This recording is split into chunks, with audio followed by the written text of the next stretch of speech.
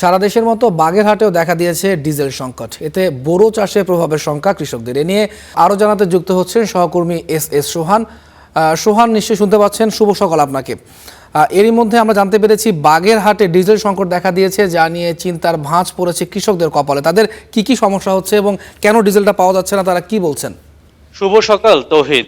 আমরা দেখেছি যে গতকাল রাত পর্যন্ত আমাদের কাছে যে খবর ছিল, সেখানে বাগেরহাটের ২১টি ফিলিং স্টেশনের মধ্যে অন্তত ১০টি ফিলিং স্টেশনে কিন্তু ডিজেল শেষ হয়ে গেছে, এবং দীর্ঘ সারি দিয়েও যেসব ফিলিং স্টেশনে ডিজেল রয়েছে সেখানে ডিজেল পাচ্ছেন না কৃষকরা। অন্যদিকে আমরা যদি বলি যে এই যে বাগেরহাটের এই মুহূর্তে আমরা যে ফিলিং স্টেশন বা পেট্রোল পাম্পে রয়েছি, সেখানে কিন্তু সব ধরনের তেল এখন সরবরাহ বন্ধ রয়েছে বলে এখানকার যে কর্তৃপক্ষ তারা আমাদেরকে জানিয়েছে। আমি একটু আপনাকে বাগেরহাট জেলার বোরো আবাদের যে তথ্যটা সেটা জানাতে চাই। আমরা বাগেরহাট জেলা কৃষি সম্প্রসারণ অধিদপ্তরের উপপরিচালক মোতাহার হোসেনের সাথে কথা বলেছিলাম। তিনি আমাদেরকে জানিয়েছেন যে বাগেরহাট জেলায় প্রায় ১,৭০,০০০ একর জমিতে কিন্তু এবার বোরো চাষ হচ্ছে। এই চাষের জন্য বাগেরহাটের চাষিদের নির্ভর করতে হয়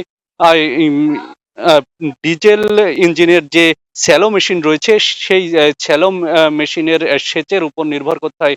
কিন্তু এরকম যদি কয়েকদিন ধরে চলতে থাকে, তাহলে কিন্তু বোরো যে উৎপাদন, সেই উৎপাদনে ব্যাপক প্রভাব পড়বে বলে আমাদেরকে কৃষক ও কৃষি কর্মকর্তারা জানিয়েছেন। অন্যদিকে বাগেরহাটের একটা অংশে তরমুজ আবাদ হয়, ভুট্টা হয়, এছাড়া অন্যান্য যে ফসল রয়েছে, সেই ফসল উৎপাদনেও কিন্তু প্রভাব পড়ার সম্ভাবনা রয়েছে।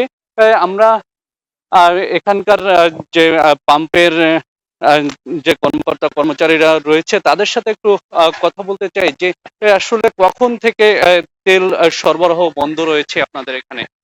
কালকে রাত্র ১১টার দিকে আর কি।